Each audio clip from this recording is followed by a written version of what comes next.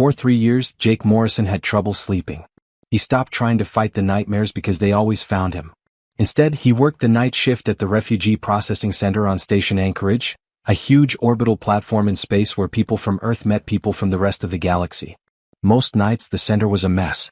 There are hundreds of aliens from many different species all crammed into a space that is only meant for half that many. They had run away from the Krishna expansion, a war that was spreading quickly through many star systems. These people had lost their homes, families, and whole worlds. They came with what they could carry and fear in their eyes. Jake knew what fear was. In his 12 years in the Marines, he had seen a lot of it. It was easy for him to do his job. Check ID papers, use the neural implant the Corps put in behind his left ear to translate, and help people fill out forms in languages they barely understood. It was boring work that he had to do over and over again, but it kept his hands and mind busy. That's all he needed these days. The center smelled like dirty bodies, stale air, and hopelessness. Jake was used to it. He moved quickly and smoothly through the crowded hall, avoiding eye contact and keeping his answers short and professional. Don't get too close. Don't get involved. Fill out the forms and move on. At that point he saw her. She was pressed against the wall on the other side, almost hidden by a support column. A Villani woman who looks young. Jake thought the Villani were one of the strangest species he had ever seen. It looked like someone had mixed a bird with a person and added an arm. 3 arms instead of 2, and they were covered in feathers that shone blue and purple in the bright lights of the station. Their bones were hollow, which made them light and breakable.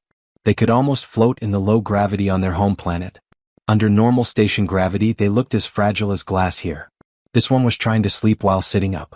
She had 3 arms wrapped around a bunch of bags and held them tightly even when she was asleep. Her head kept drooping forward, then snapping back up when a noise or movement woke her up. She was scared even when she was unconscious. Jake had seen that look before. About refugees. About soldiers. In the mirror he saw himself. He should have kept going. Stuck to his schedule. There were hundreds of scared and desperate refugees in this center. He couldn't help everyone. Most days he could barely help himself. But there was something about her that bothered him. It could have been how young she looked. It could have been how she treated those bags like they were the most important things in the world. Maybe he was just sick of walking by people who needed help. Jake took a thermal blanket and a few protein ration packs from the supply closet. They tasted like cardboard, but they were good for you and free. He walked up slowly, making noise so she wouldn't be scared. She woke up anyway, sitting up straight and taking a deep breath. Her huge eyes, which were easily twice the size of human eyes, were fixed on him with complete fear. Jake's implant said that her feathers flattened against her skull in response to extreme fear. "Hey, easy," Jake said quietly, staying away. He turned on his implant and switched to Trader's Cant, which was a simple pidgin language that most refugees knew. "Not here to hurt you. I brought you a blanket. It gets cold in here at night."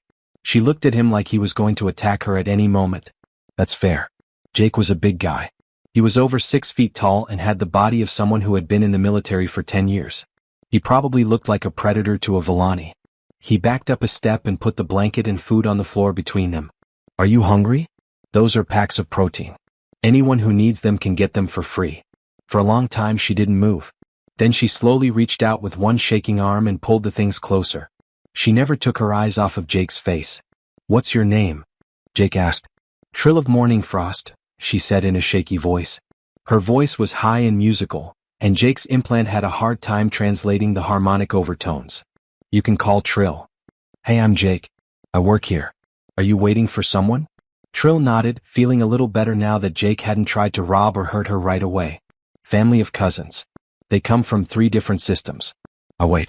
How long have you been waiting?" 3 weeks. 3 weeks of sleeping against a wall, guarding her bags and being scared of every shadow. Jake felt something turn in his chest. "Do you have a place to stay during the day? What time does the center close?" Trill shook her head. "I always stay here. I miss when my cousin's family comes if I leave. I can't miss." Jake looked at the bags she still held close. They were worn and had patches in some places, but they were well cared for. What was inside was more important than anything else. "Could you tell me what's in the bags?" Trill's feathers flattened out a little bit more. "Guarding. My stuff. From home. From before. Before the raiders showed up. Before everything was over." Jake understood why they didn't want to talk about it before. "That's fair," he said. "Hey, I'm here most nights. If you need anything, just tell me, okay?" He didn't know why he made the offer. Maybe it was because she reminded him of soldiers he had served with who had seen too much too soon. Maybe because someone had helped him when he needed it, and he felt like he owed the universe for that. Trill's big eyes looked at him, and for the first time, some of the fear went away. Why do you help? Jake shrugged his shoulders. Because you need help.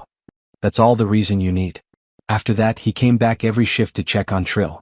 Bringing her food, helping her with her English, and making sure she had everything she needed. She slowly began to share parts of her story with him.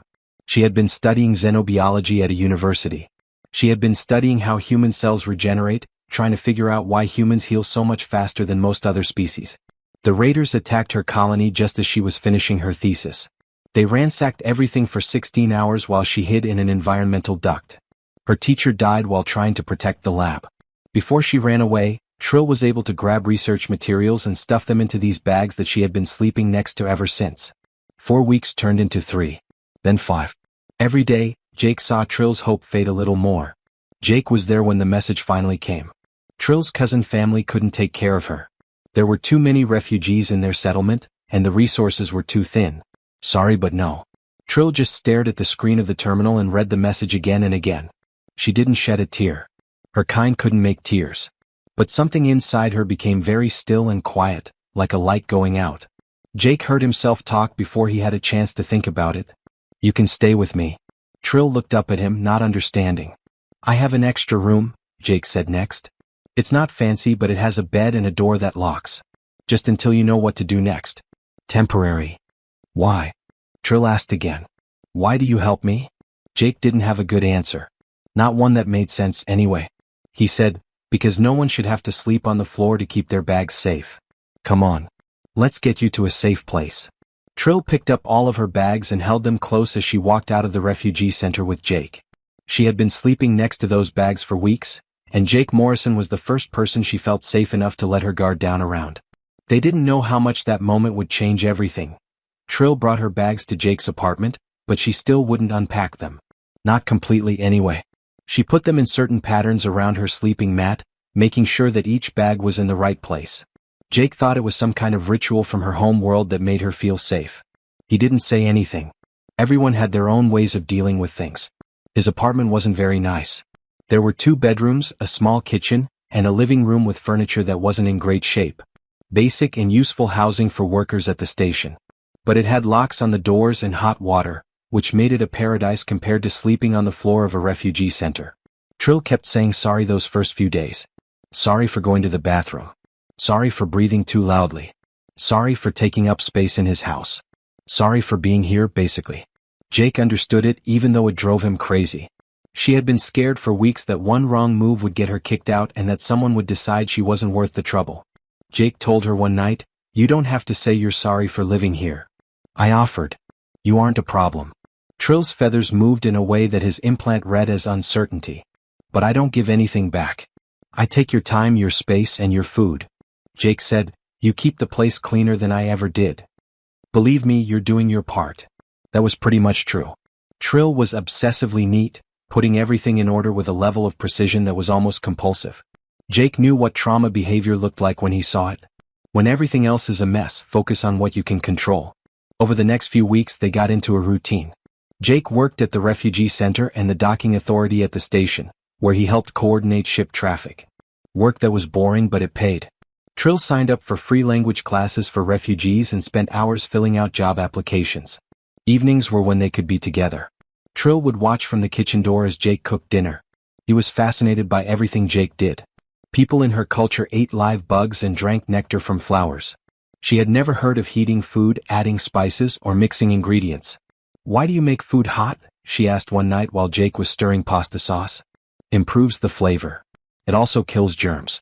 But you kill the food first, right? Then make it warm? This looks like extra killing. Jake laughed, and he realized that was the first time in months that he had really laughed. I guess it does sound strange to cook for people that way. Trill took out a small notebook and began to write. She wrote down everything. Making food for people. Preferences for the temperature at the station. How Jake put his tools in order. She looked at life like a research project, writing down and analyzing everything. Old habits. Jake asked, nodding at the book. I was a scientist, Trill said. Her English got better every day. Before. I really studied people. Your biology. How you heal so quickly compared to other species in particular. We heal quickly? Very quickly. Most species need weeks to heal broken bones. People take days. Your cells grow back very quickly. When I was writing my thesis about this, she stopped talking and her feathers fell flat. When the raiders came, Jake said softly. Trill nodded. Then she began to really talk about what had happened. Her voice stayed cold and clinical, as if she were talking about a lab experiment instead of the worst day of her life. Jake, on the other hand, saw through it. He knew that tone. He had used it himself when talking to core psychiatrists about how to deal with combat. The raiders attacked her colony at dawn. Trill's university was in the science district, which was far from the main population centers, but people came there too. They were looking for data to sell for research. Whistling through reeds, an old Villani man who was her professor had told everyone to hide. He stayed behind to try to wipe the servers and protect years of work. They killed him. Trill heard it from the environmental duct where she had crawled in. She stayed there for 16 hours, listening to the raiders tear apart the building. When they finally left, she came out to find everything in ruins. The lab, the dorms, and her professor's body were still slumped over the computer terminal. She took what she could. Her professor's handwritten notes, research backups, and tissue samples she had been looking at. They put everything in bags and ran away. Got on a ship that was leaving the planet just before the raiders closed the spaceport. Trill said softly, "Those bags hold everything I have left of my work. My thesis. The last notes from my professor. 3 years of study. I don't want to lose them or have someone take them." Then he died for nothing. Jake didn't know how to respond. What could you say? He just nodded and kept stirring the sauce, giving her time to think about the memory. Things changed between them after that night.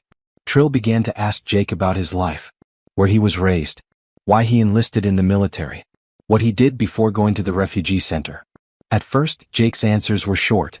A habit from the past. Don't talk about it or think about it, just push it down and move on. But Trill was calm and watched. She could tell which news shows made him leave the room. Anything about the disputed reaches, where corporate mining interests and local people fought over land. She saw him lock the doors before bed. Once at 9 p.m. Again at 2200. At 2300, like clockwork, one last time. She definitely noticed the bad dreams. Jake tried to be quiet, but his room was next to hers. He woke up for the first time screaming and fighting enemies that weren't there. He heard Trill moving around in her room. He thought she would be scared and maybe leave. She didn't do that, she started to hum. A soft, layered sound came through the wall, harmonizing in ways that human vocal cords can't, with more than one tone at a time. It was natural for her people, and Villani used it to calm scared hatchlings. It worked. Jake's heart rate slowed and his breathing became more steady. The scary pictures went away. After that, she hummed every night. Not making a big deal out of it or asking him to talk about it. Just giving that little comfort through the wall. 3 months after Trill moved in, she finally got her work permit. She applied for every science job on the station and got a job as a lab assistant in the xenobiology research division. Trill acted like she had won the lottery, even though she was in the lowest position, mostly cleaning equipment and organizing samples.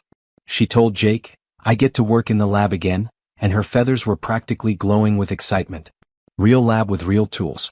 I can do science. That night, she opened 2 of her bags for the first time. Put her professor's notes on a shelf in her room and her research materials in order on a small desk that Jake had found in the station's storage. The other bag stayed packed, but it was a step forward. Jake felt strange pride as he watched her make a place for herself. Like maybe he had done something right for once. A few weeks later, a new group of refugees came to the center. One of them was a group of Villani from a different colony cluster. Trill was eager to meet them because she wanted to connect with her own kind and not be the only one of her kind in this part of the station. Jake watched from a distance as Trill came up to them and spoke in the complicated musical language of her home world. The other Villani were polite, but they stayed away. Colony customs are different for people from different cultures. They were strangers who just happened to be the same species. That night, Trill came home without making a sound. She went right to her room and didn't come out for dinner. Jake still made more food and put it outside her door. Later, around midnight, she came out and saw that he was still awake, staring at his terminal without really seeing it. Jake. Her English had improved a lot. "Can I ask you something?" "Sure." "Why do you help me?" She sat down in front of him and tried to find the right words. People are well known in the galaxy for being aggressive, for getting what they want, to fight. But you just give. You help for no reason. I don't get it. Jake thought about it for a long time. Do you want the truth? Please. He said, I don't really know. I helped someone who needed it. That's it. But why me? There are hundreds of people in the refugee center. Why should you pick me? Jake looked at her, this weak alien who had been through a lot of terrible things, and kept going. She hummed through walls to chase away his nightmares without ever asking why. Maybe it's because you reminded me that there are still people who need help, he said at last. Maybe because I needed someone to care for as much as you needed someone to care for you. Is it really that hard? Jake knew that Trill's feathers were moving in a way that meant she was deep in thought. No, she finally said. I guess it doesn't. She went back to her room, but Jake could hear her unpacking another bag. Little wins. Trill worked in her lab like a person who was about to drown would grab a lifeline. She got there early, stayed late, and filled up notebook after notebook with notes. Dr. Rebecca Torres, her boss, was a human xenobiologist in her 50s. She had silver-streaked hair and sharp eyes that missed nothing. Torres first gave Trill the simple grunt work. Washing glassware, cleaning tools, and putting samples away in an organized way. But she saw how Trill worked and how carefully she wrote down everything she did. Torres gave her harder tasks after 2 weeks. Can you set this microscope up? Torres asked one morning. The last assistant never got the settings just right. In 10 minutes, Trill got it just right. Torres raised her eyebrows and gave her more difficult work. Trill was helping with real research projects within a month. Running genetic sequencers, getting tissue cultures ready, and looking at data. In the lab, she came to life in a way that Jake had never seen before. The person who was nervous and sorry and tiptoed around his apartment became someone who was sure of himself and focused. Dr. Torres let me do a full spectral analysis today, Trill said one night, practically shaking with excitement. By myself. She let me use her expensive tools. Jake liked how excited she was. That's great. What were you looking at? Comparing tissue samples from different species. We are looking at the rates of healing and the factors that help cells grow back. Trill stopped, and her feathers did that thing where they rippled when she was deep in thought. Actually, it made me think of my old thesis work. The study I was doing before. That stuff that heals people? Yes. Trill took out one of the notebooks she had saved. The pages were worn and had water stains on them. I was so close to making a breakthrough when everything went wrong. I had a theory about human stem cells and how they react to signals from other living things. But I never got to try it out right. She put her notes all over Jake's kitchen table, and her 3 hands moved between pages, pointing out diagrams and calculations. Jake didn't understand most of it, but he still listened. Seeing her like this, passionate about more than just staying alive, made something warm settle in his chest. He asked, Do you think you could keep doing the research here? Maybe. If Dr. Torres says it's okay. If I can get the right tools. Trill's eyes lost focus. It might be important, Jake. If I'm right about how human cells work, it could help a lot of different kinds of life. Villani takes a long time to heal. It takes months for a broken bone to heal. A simple cut takes weeks to heal. But if we could change the factors that make people heal. She stopped talking, but Jake could see the fire in her eyes. It wasn't just about getting old work done. This was about giving her professor's death meaning. Trill worked every angle for the next few months. She asked if she could use lab equipment outside of work hours for her own research. She wrote proposals, cited sources, and made her case with the same level of care she used for everything else. Dr. Torres was impressed by Trill's hard work and the strong science behind her hypothesis, so he gave her the go-ahead for a small research project. Trill began staying at the lab until midnight and sometimes even later. Jake would get worried and bring her food when he found her hunched over a microscope or staring at data on a screen. He would tell her, You need to sleep. Very soon. I just need to finish this analysis. Trill. I'm close, Jake. I can feel it. I can see the patterns, I just need to show them. She was doing it out of sheer willpower, and Jake knew that too. He had seen soldiers push themselves to the limit to complete a mission. It worked sometimes. It broke them sometimes. Trill made her big discovery 6 months after she started her own research project. At 2 a.m. she burst through the door and Jake was half asleep on the couch. Her feathers were bright with color, something he had never seen before. I found it, she almost yelled. Jake, I found it. She was waving a data pad around and pulling up charts and graphs faster than Jake could look at them. Stem cells from humans don't just grow new tissue. They respond to biological signals from other organisms. They can be changed so that they can work with cellular structures that aren't human. Do you get what this means? Not really? It means I can take factors that help humans heal and change them to work for Villani biology. For a lot of species, prey species all over the galaxy don't heal well because we evolved to avoid getting hurt, not to heal from it. But humans evolved as persistent hunters, so they got hurt all the time and learned how to heal quickly. And that healing can be shared. She opened up a picture of Villani tissue samples. Look, I put modified human stem cell secretions on Villani cells that were already damaged. The rate of healing went up by 300%. 300 Jake. Bones that are broken can heal in weeks instead of months. Wounds that never heal properly could heal in a few days. Jake couldn't help but smile at how excited she was. So you did it. You finished your thesis. Better than done. I made it bigger. Before the raid, I never thought it would be this big. Trill's voice broke up a little. Professor Whistling Through Reeds died to protect this research. He died so I could get away with enough information to put it back together. And I did. I really did it. Trill showed Dr. Torres what she had found the next morning. Jake stayed home from work to walk around the apartment, feeling anxious in a way he couldn't quite put into words. This was the most important thing to Trill, so it was important to him too. Trill looked dazed when she got home that night. She said in a low voice, "Dr. Torres wants me to be the lead researcher on an official project. She's looking for grants. She believes we can begin clinical trials in a year. She said my work was groundbreaking." Jake hugged her, being careful not to hurt her bones. "I am proud of you." For one perfect week it seemed like everything was going well. Trill was doing real, important research. Jake's nightmares had gone down to maybe twice a week instead of every night. In that small apartment, two broken people had made something like a family by helping each other heal. Then the notice from the law came. It came to Dr. Torres's office through official channels, and Trill got a copy. Stellar Reach Mining Consortium sent a cease and desist order. They said that Trill's original research had been done at a place they owned through their subsidiary holdings. So, any derivative work that came from that research was theirs. Give us all the data and research materials, or we'll sue you for stealing company property. Trill sat at Jake's kitchen table and read the notice over and over again. Her feathers got flatter and flatter until they looked almost gray.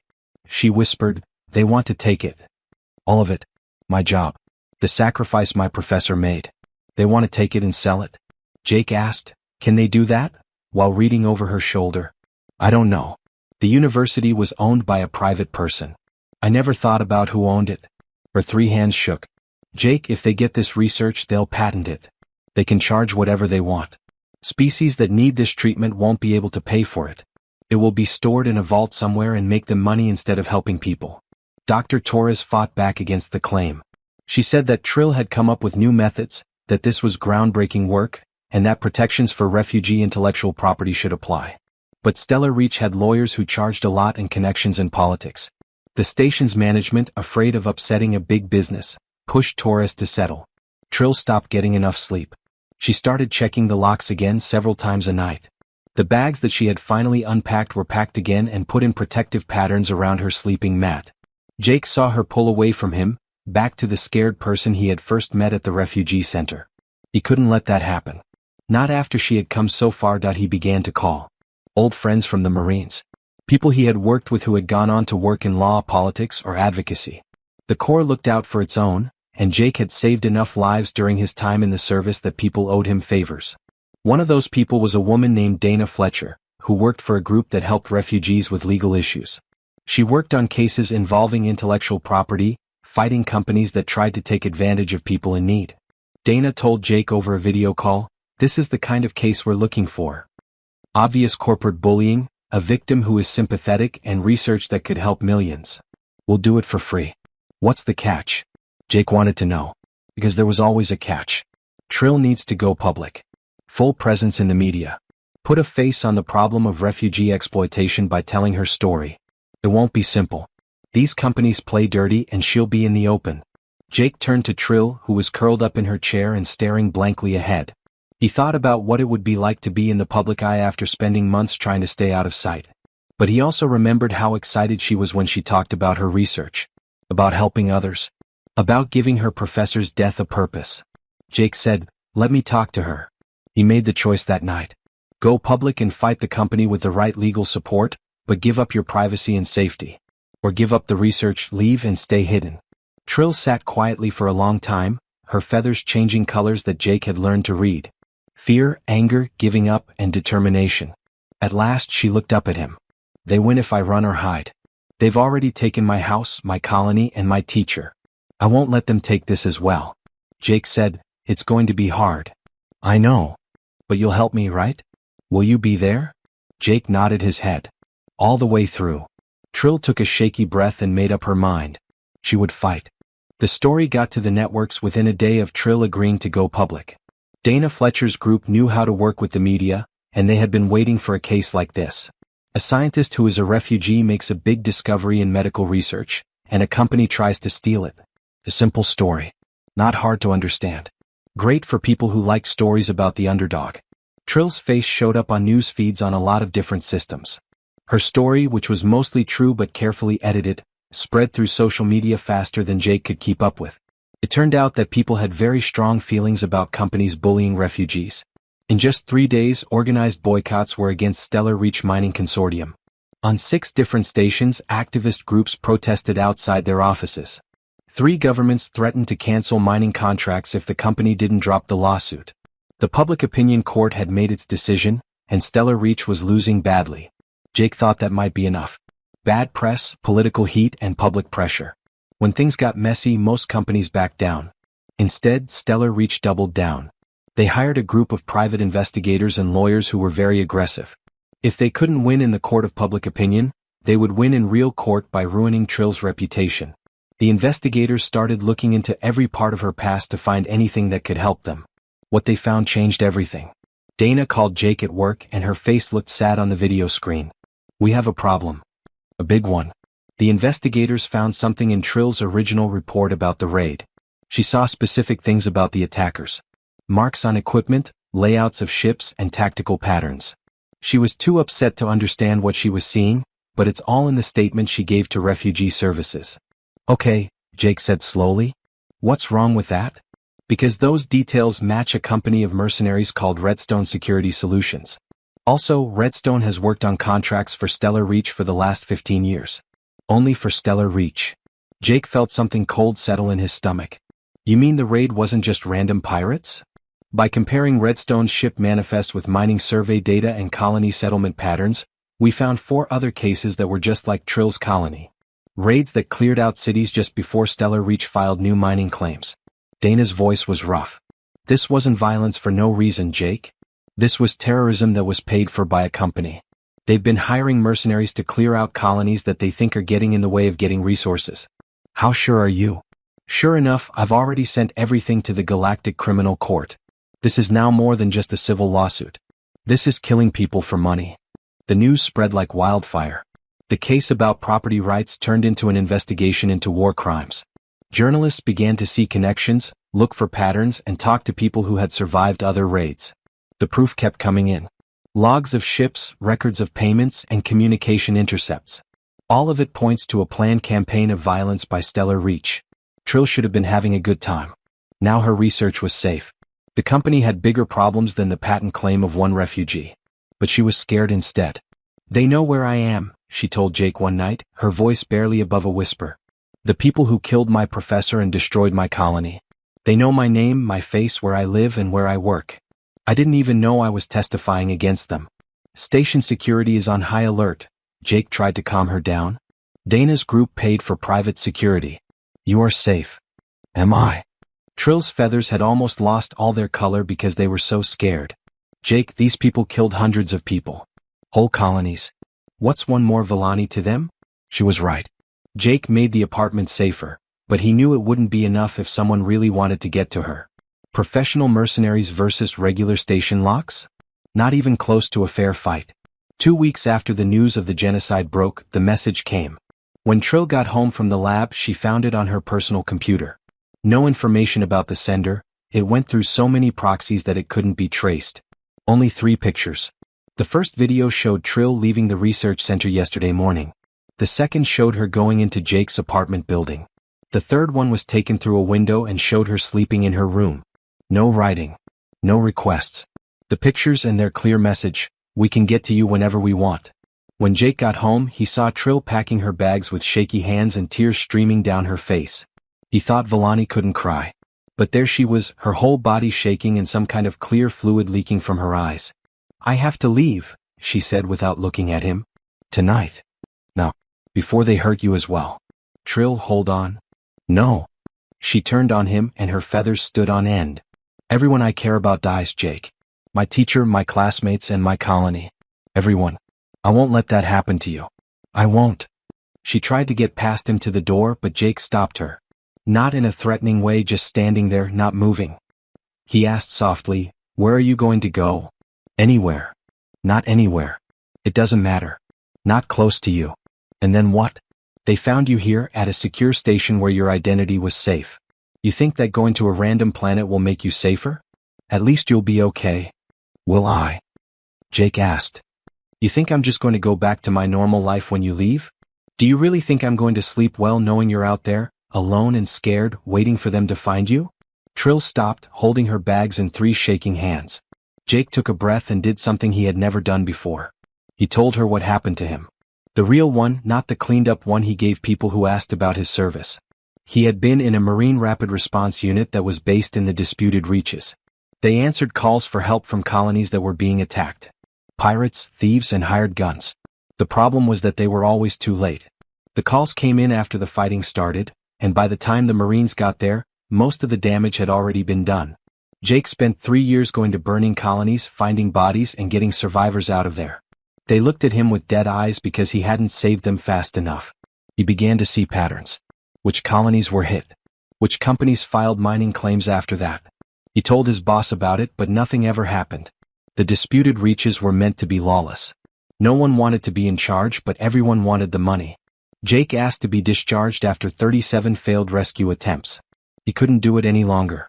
Couldn't keep coming late and couldn't keep watching good people die because those in charge didn't care enough to stop it.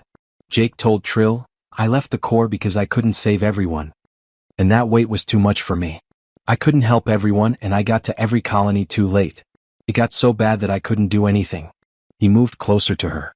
"But I can help you. I can help you with this. And I'm not letting you go because you're scared of what might happen to me. You don't get to make that choice for me." "Why?" Trill's voice broke. "Why put yourself in danger for me? Because at some point between pulling you off that refugee center floor and now, you became the most important person in my life," Jake said. "You hum through the walls to keep my bad dreams away. You write down how I make pasta. You say you're sorry for being alive when you're the best thing that's happened to me in years. So no, you can't run. Together we're in this." Trill stood there with bags in her hands, crying. "Jake, I'm scared." He said, "Me too. I'm scared. But we're going to fight anyway because that's what you do when something is important. And you are important, Trill. To me, to Dr. Torres, and to everyone whose life your research will save. You matter." Trill put her bags down slowly. Not yet unpacking them, but not running either. "Together?" she asked in a low voice. "Yes," Jake said. That night, they both had trouble sleeping because they were waiting for mercenaries who never showed up. But they both slept in the same apartment, so they weren't alone. And for some reason that made the fear a little easier to handle. The next day Dana called with news. The Galactic Criminal Court had put out arrest warrants for all of Stellar Reach's executive board members. Assets were being held back. They were going to break up the company. But the mercenaries were still out there, and they had every reason to kill the witness who had revealed their plans. The real battle was just getting started. The trial took place in a neutral place, a galactic arbitration court station on the border between human and allied space. The huge building went around a moon that wasn't inhabited, so it was cut off from the influence of any one government. In theory, money from businesses and pressure from politicians couldn't get here. In theory. Jake rode with Trill in a secure vehicle that Dana's group had hired armed guards to protect. During the 3-day trip, Trill hardly said anything. She sat with her bags, the ones she had finally unpacked at Jake's apartment but had brought along like comfort items. Her professor's notes, her research, and everything else that was important were inside. The courtroom was made for more than one type of animal. Villani perches, places for people to sit, and controls for methane breathers and other strange atmospheres. The gallery was full of hundreds of beings. There were journalists, activists, survivors from other colonies, and people from dozens of governments. This case had grown bigger than anyone thought it would. Trill looked small on the witness stand, and her feathers were dull from stress. The prosecutor, a strict Kaldorian woman with skin that looked like glass, went over the details of the raid with her one by one. Trill's voice stayed calm and clinical, like a research paper describing everything. She said she had been hiding in the environmental duct for 16 hours. About hearing her teacher die while trying to protect the lab. About the specific things she had seen through the ventilation grates. Markings on ships. Setting up weapons. Patterns of behavior that were as precise as the military, not random piracy. The lawyers for the defense tried to break her. There are 6 lawyers in expensive suits who worked for Stellar Reach. They asked her about her memory.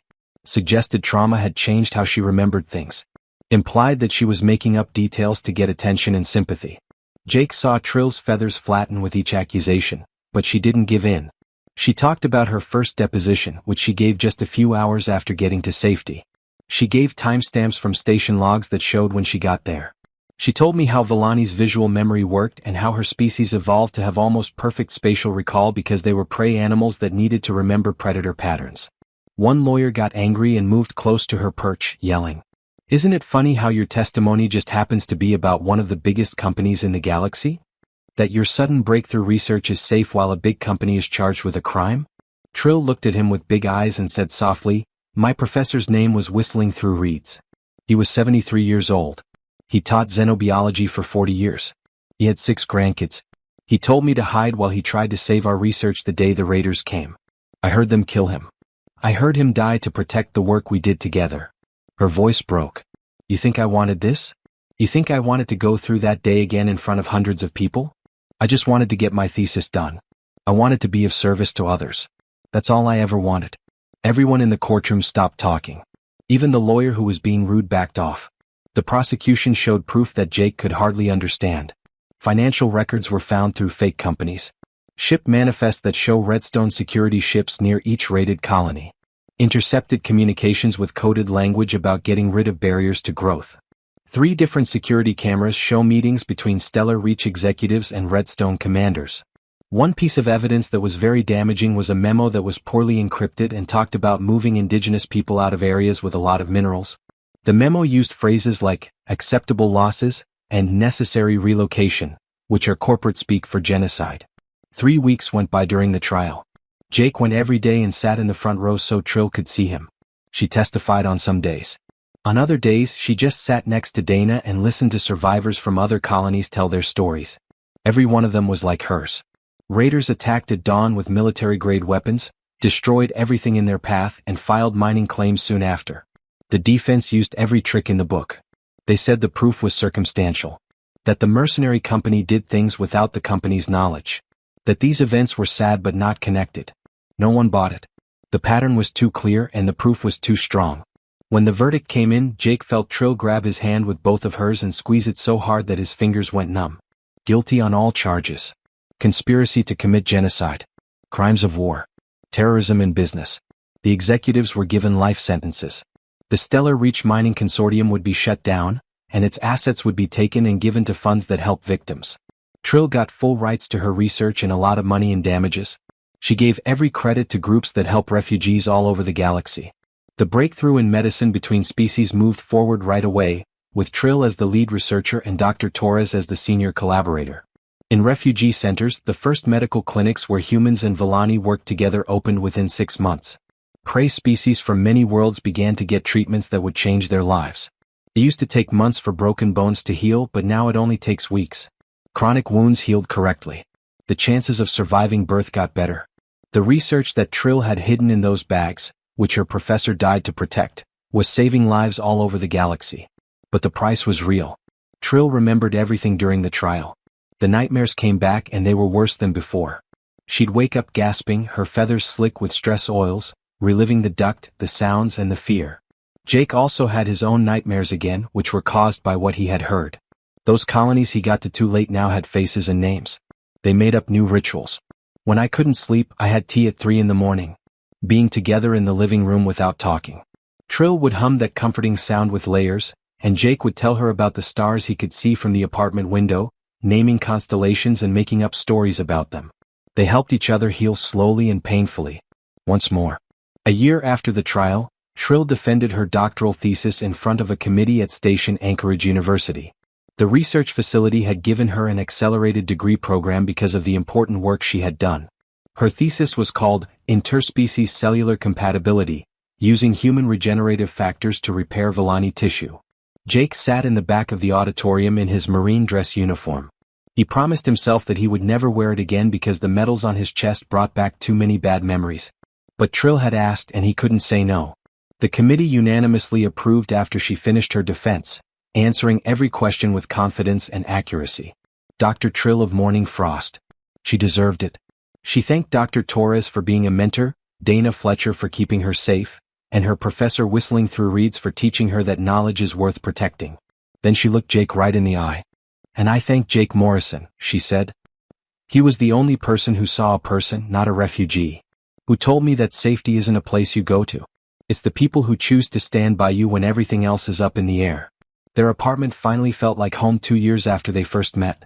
Trill was in charge of a research lab that had scientists from 6 different species working there. Jake had begun to teach station volunteers how to give trauma-informed support, which helped people who worked with refugees understand what they were going through. They both still had bad days, nightmares that wouldn't go away, and times when the past felt too heavy. But they had each other. Trill had one bag on a shelf in the living room. The one with her professor's handwritten notes, which are kept behind glass. Not a reminder of what she had lost, but of what she had done. Of the man who died so she could live and the work that now helps millions. Jake kept his dress uniform in the closet, but he didn't hide it anymore. He had come to terms with his service and the colonies he couldn't save because he had saved one person who mattered. Someone who had saved him in return. The galaxy was still a dangerous place, full of businesses that put making money ahead of people's lives and conflicts that no one seemed able to stop. But 2 hurt people had built something worth protecting in a small apartment on Station Anchorage. They had found that rare and valuable thing. Someone who understood, stayed, and chose to fight with them instead of running away. Jake never thought that helping one scared refugee would change everything about his life. Trill never thought a human veteran would be the one to show her that trauma doesn't have to last forever and that people can heal if they have someone to heal with. In the huge and often cruel universe, they had found something that neither of them thought was possible anymore. That word was too simple. It wasn't happiness. But for a reason. Being part of something. The fact that they didn't have to deal with their problems alone. Trill stopped sleeping next to her bags because she had found something more trustworthy. Jake stopped checking the locks all the time because he had found something more valuable than any security system. They had found a home in each other, and that made all the difference.